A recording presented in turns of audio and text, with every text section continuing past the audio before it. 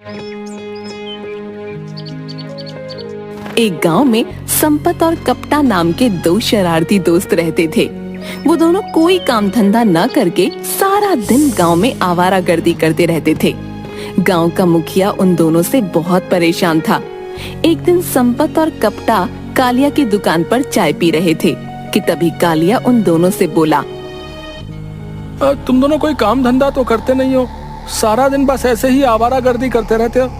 मेरी समझ में नहीं आता कि आखिर तुम दोनों का खर्चा कैसे चलता है भाई। ओए, तेरा काम है चाय बनाना, चाय बना और अपने काम से काम रख, समझा? संपत सही कह रहा कालिया, आखिर तू हमसे ये सब क्यों पूछ रहा है? हमने तो तेरी चाय भी उधार नहीं पी, रोज तेरे मुंह पे पैसे मार के जाते हैं। अरे नहीं भैया, ऐसी कोई बात नहीं, तुम दोनों तो बेवजह नाराज हो गए, मैं तो बस ऐसे ही पूछ रहा था। ओए, तेरी हिम्मत भी कैसे हुई पूछने की? अबे, क्या हमने कभी तुझसे पूछा है कि जिस दिन तेरी बिक्री नहीं होती उस दिन तेरे घर पर शाम को चूल्हा कैसे जलता है? मेरा तो चाय का धंधा है संपत भैया, और चाय तो हर आदमी पीता ही पीता है, मेरी तो रोज बिक्री होती है। हमें सब पता है कि तू ये सब बातें हमसे क्यों पूछ रहा है। हाँ, मैं तुझे आखिरी चेतावनी देता हूँ कालिया, अगर तूने हम दोनों से जरूरत से ज्यादा सवाल करने की कोशिश की तो किसी दिन तुझे तेरी चाय की दुकान के साथ तोड़ फोड़ कर सड़क पर फेंक देंगे। हाँ, किसे दुकान के साथ तोड़कर फेंक देगा कपटा? आप ही बताओ मुखिया जी, हैं? ये हमसे पूछ रहा है कि हम दोनों कुछ काम धंधा तो करते नहीं है, फिर भी हमारा खर्चा कैसे चलता है? भला इसकी हिम्मत कैसे हुई ये सवाल पूछने की? तो उसने गलत क्या पूछा है? बिल्कुल सही पूछा है। तुम दोनों दिन भर निठल्ले आवाराओं की तरह पूरे गांव में मटर गश्ती करते रहते हो, हैं? लड़कियां छेड़ने के अलावा तुम्हारे पास और कोई काम नहीं है, लेकिन कपड़े और जूते तुम सब ब्रांडेड पहनते हो भैया। अरे हमारा शहर में कपड़े का काम चलता है। कभी शहर की शक्ल भी देखी है तूने कपटा? हैं?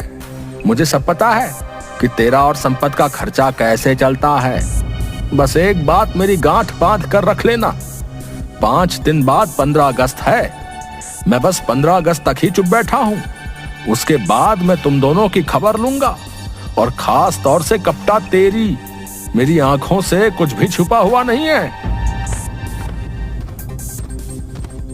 बोल तो ऐसा रहा है जैसे कि 15 अगस्त के दिन गांव में कोई मंत्री झंडा फहराने के लिए आ रहा है। बिल्कुल सही कह रहे हो कप्ता भाई, आपको पता नहीं कि शहर से एक बहुत बड़ा मंत्री 15 अगस्त वाले दिन हमारे गांव में झंडा फहराने आ रहा है।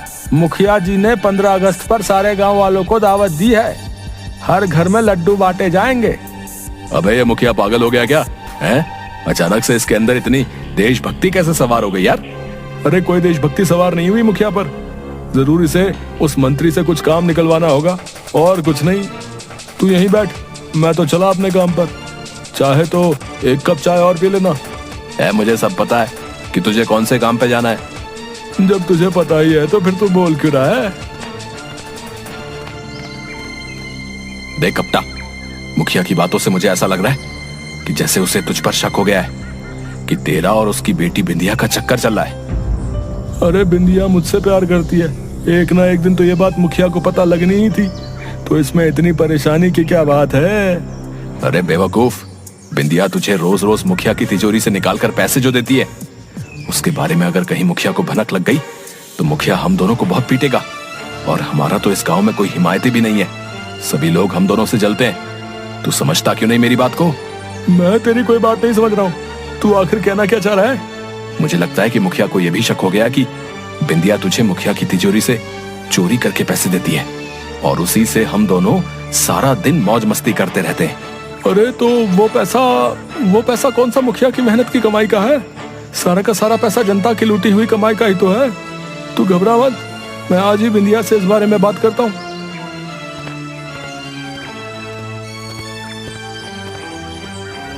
मैं यहाँ पर कितनी देर से तुम्हारा इंतजार कर रही हूँ, मगर तुम्हें तो कालिया की दुकान से चाय पीने से ही फुर्सत कहाँ। नाराज मत हो बिंदिया, तुम्हें पता भी है कालिया की दुकान पर तुम्हारे पिताजी आकर मुझे धमकाने लगे। क्या मतलब?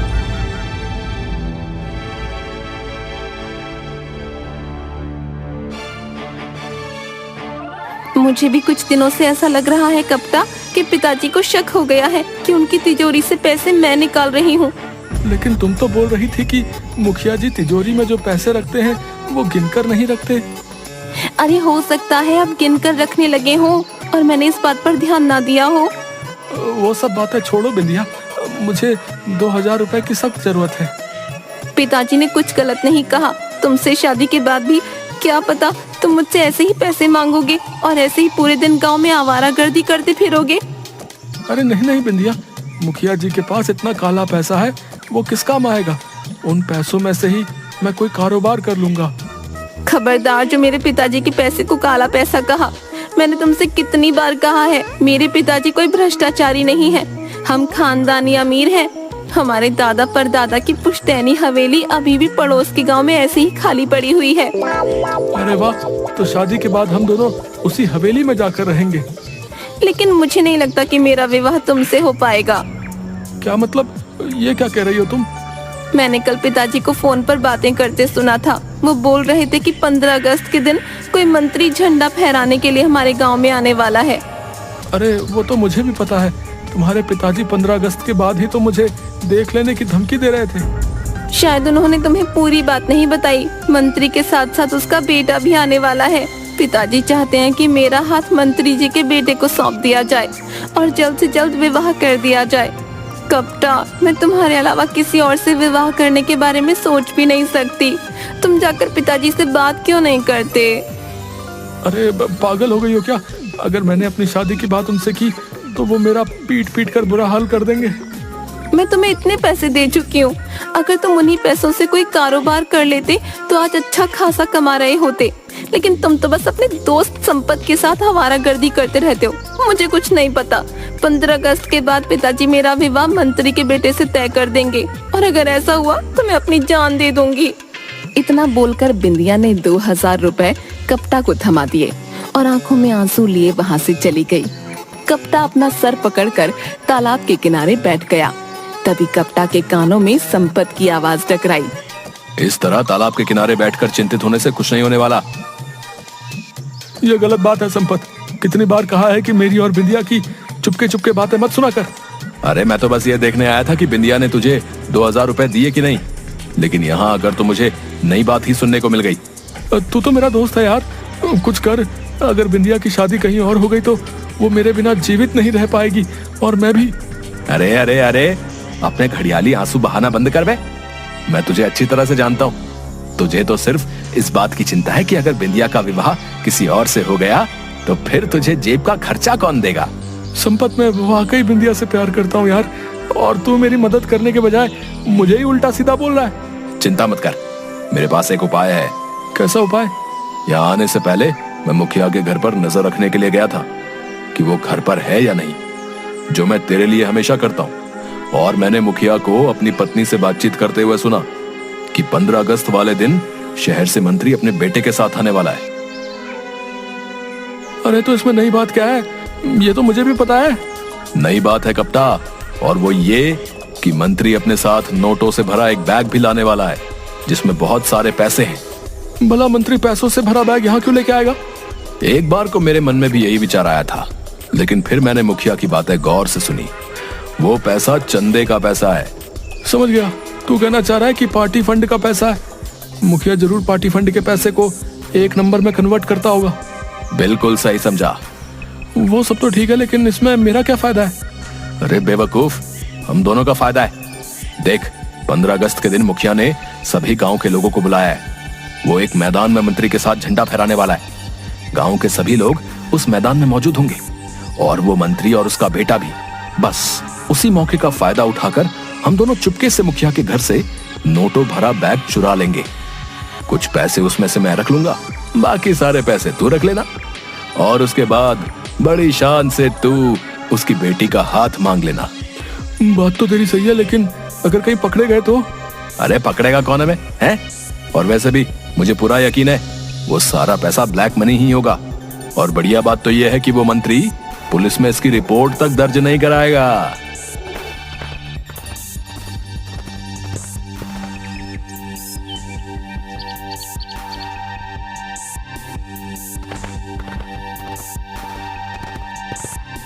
एक काम कर, तू उस कमरे में देख, मैं इस कमरे में देखता हूँ। मुझे पूरा यकीन है कि वो बैग हमें मिल जाएगा।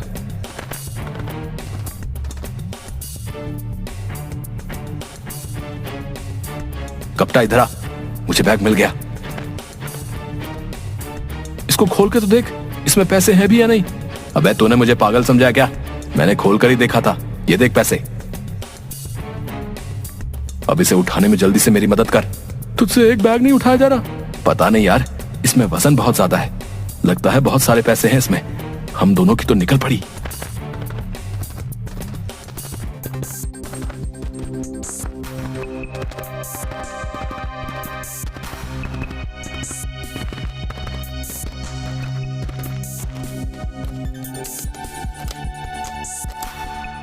कप्टा, इसमें तो सिर्फ ऊपर ही कुछ नोटों के बंडल रखे हुए हैं और नोटों के बंडल के नीचे तो हथियार हैं।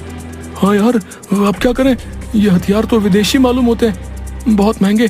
एक काम करते हैं, इन हथियारों को बेच देते हैं। हमें तो बस पैसे से मतलब है ना। नहीं संपत, ये गलत है। हम दोनों भले ही आवारा हों, लेकिन गद्दार नहीं।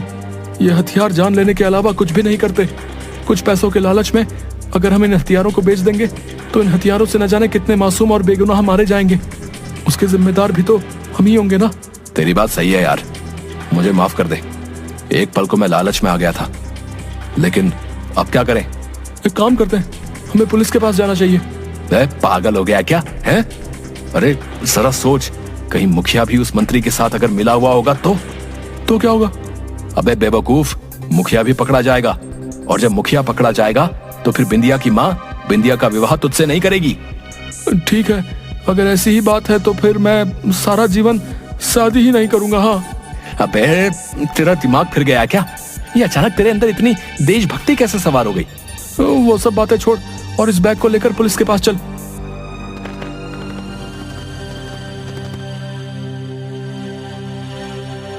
अब समझा, हम इस बैग को हर जगह तलाश रहे थे मगर हमें नहीं मिला। आज के दिन हमें सूचना मिली थी कि कुछ असामाजिक तत्व दंगे कराने की फिराक में हैं। इसका मतलब मुखिया और मंत्री इस काले कारनामे में शामिल हैं। चलो तुम दोनों मेरे साथ। संपत और कप्टा, तुम दोनों यहाँ पर क्या कर रहे हो? पहले ये बताओ, ये बैग किसका है? ये बैग तो मंत्री जी का है। मंत्री जी ने मुझे बताया था कि इस बैग में पार्टी फंड के पैसे रखे हुए हैं। लेकिन इसमें तो हथियार और बम है। इंस्पेक्टर साहब, ये जरूर इन दोनों की चाल है। देख कप्ता, मैं अच्छी तरह से जानता हूँ कि तू मेरी बेटी को पसंद करता है, और तू ये भी जानता है कि मैं बिंदिया का विवाह कभी भी तेरे साथ नहीं करूंगा। इसलिए तूने मुझे फंसाने के लिए ये सारा का सारा खेल खेला है। मैं समझ गया हूँ। मैंने तुझे 15 अगस्त के बाद देख लेने की धमकी दी थी, तो तू इस बात का भी बदला निकालने आया है ना? इनके पास ये हथियार कहाँ से आए? सीधी तरह से अपना मुंह खोल दे मुखिया, नहीं तो थाने में ले जाकर डंडों से तेरा मुंह खुलवा दूंगा, समझा? मुखिया ने गुनाह कबूल कर लिया और उस पुलिस अधिकारी ने पुलिस वालों को मंत्री और उसके बेटे को अरेस्ट करने का ऑर्डर दे दिया। मंत्री और उसका बेटा झंडा फहराने ही वाले थे कि तभी पुलिस ने उन दोनों को अरेस्ट कर लिया। उस बैग को देखकर मंत्री और उसका बेटा बुरी तरह से घबरा गए और उन दोनों ने भी अपने जुर्म को कबूल कर लिया। मुझे तुम्हारी देशभक्ति पर फक्र है कप्टा। देश के प्रति तुम्हारी ईमानदारी देखकर मैं बहुत ज्यादा प्रभावित हूँ।